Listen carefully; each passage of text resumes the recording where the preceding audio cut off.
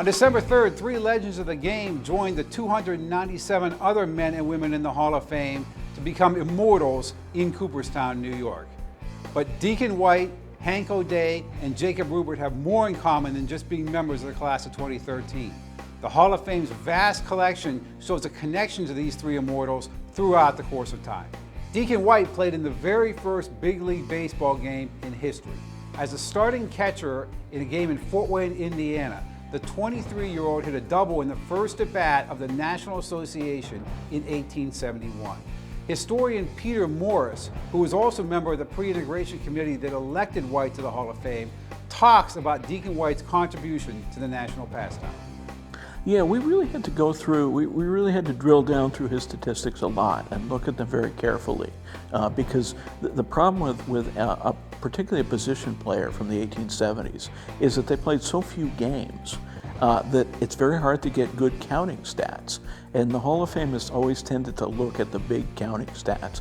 Did you get 3,000 hits? Okay, then that's a pretty clear criteria for getting in. And so Deacon White got only about 2,000 career hits, which doesn't sound a lot with a 162 game schedule.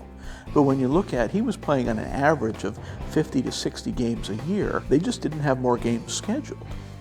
And so when you look at that in that context, then he becomes a much stronger candidate.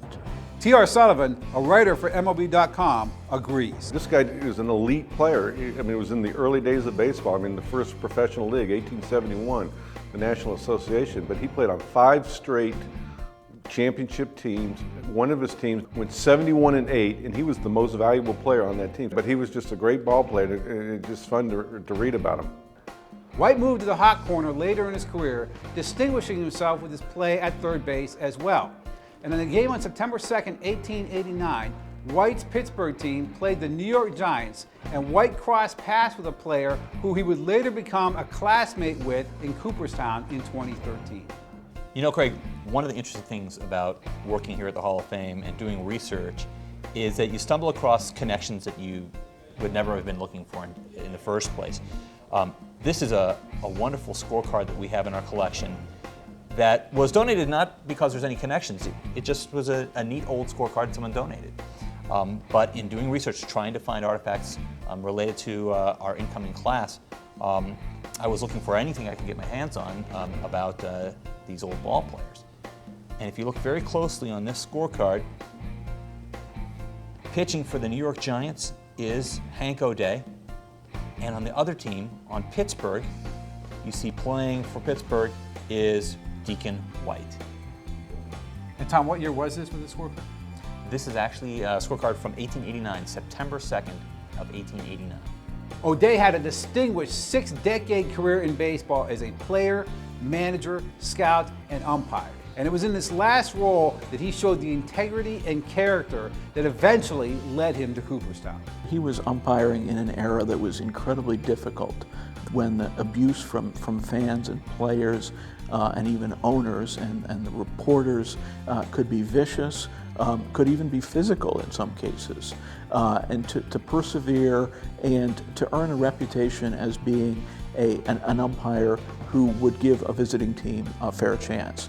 In an era when it was very easy to sort of say, well, I'd really like to get home alive tonight, so I'll make all the close calls in favor of the home team. O'Day began his career as a full-time National League umpire in 1897 and went on to call more than 4,000 games, almost 2/3 of which he called from behind the plate. He was part of many, many historical plays in the history of baseball, including in 1920 World Series when the Indians' Bill Wamsgans turned the only unassisted triple play in the history of the Fall Classic. And in 1908, O'Day was the ruling umpire during the infamous Merkle play at the Polo Grounds. Standing in front of almost 30,000 fans, many of whom were streaming onto the field at that point, O'Day made a controversial call at the end of the game to give the Cubs a victory. The fans of New York were incensed, but the league president later upheld the call. Now, Steve Hurt, vice president of the Elias Sports Bureau and a member of the pre-integration committee that elected Hank O'Day, says that this point in history was really a turning point for arbiters in baseball. I would put that play up and that umpire's call for among the most bold and forthright and full of integrity decisions that, that a sports official has made in the North American professional sports. Now, you don't get in the Hall of Fame based on one play or one call, but Hank O'Day had 35 years of this. He was one of the most famous and forthright umpires of his day, and was said that when O'Day came to be the umpire at a game, the visiting team felt good that they would get a fair shake. And I think as an official, that's probably one of the best things you could say. O'Day's reputation as a fair-minded umpire led him to be chosen for 10 total World Series, including 5 of the first 7. In 1923, O'Day was behind the plate in Game 6 of the World Series when the Yankees clinched their first ever Fall Classic championship. And you know, Craig, we have in our collection many World Series programs, but this program is from Game 6, the final game of the 1923 World Championship. You know, here it is. This is the game that the Yankees first became world champions, and you know, who's umpiring home plate?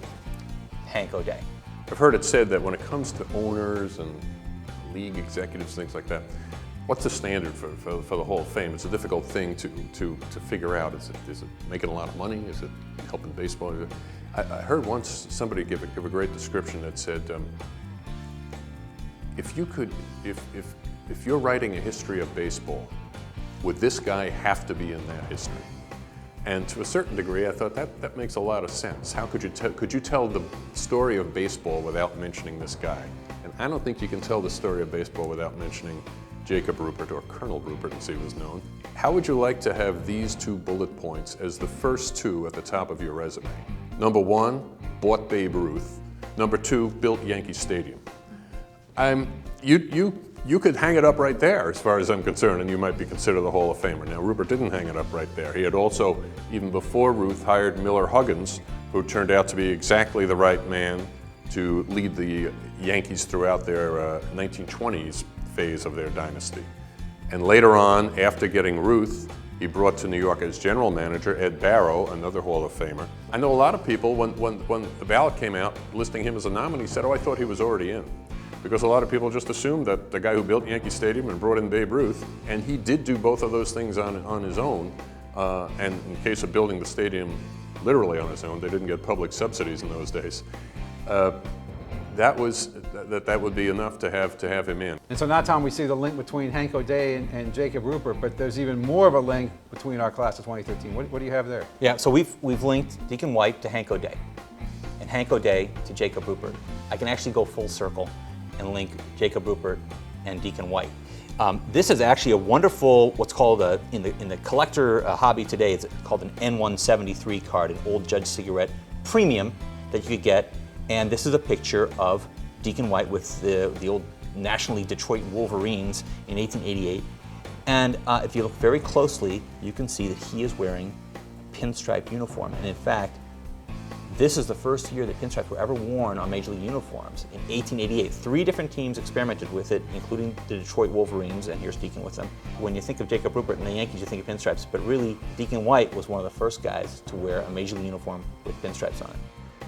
3 men from very different backgrounds and baseball experiences will forever be linked together at the National Baseball Hall of Fame induction class of 2013. Join us in Cooperstown for Induction Weekend, July 26th through 29th, for baseball's most exciting weekend.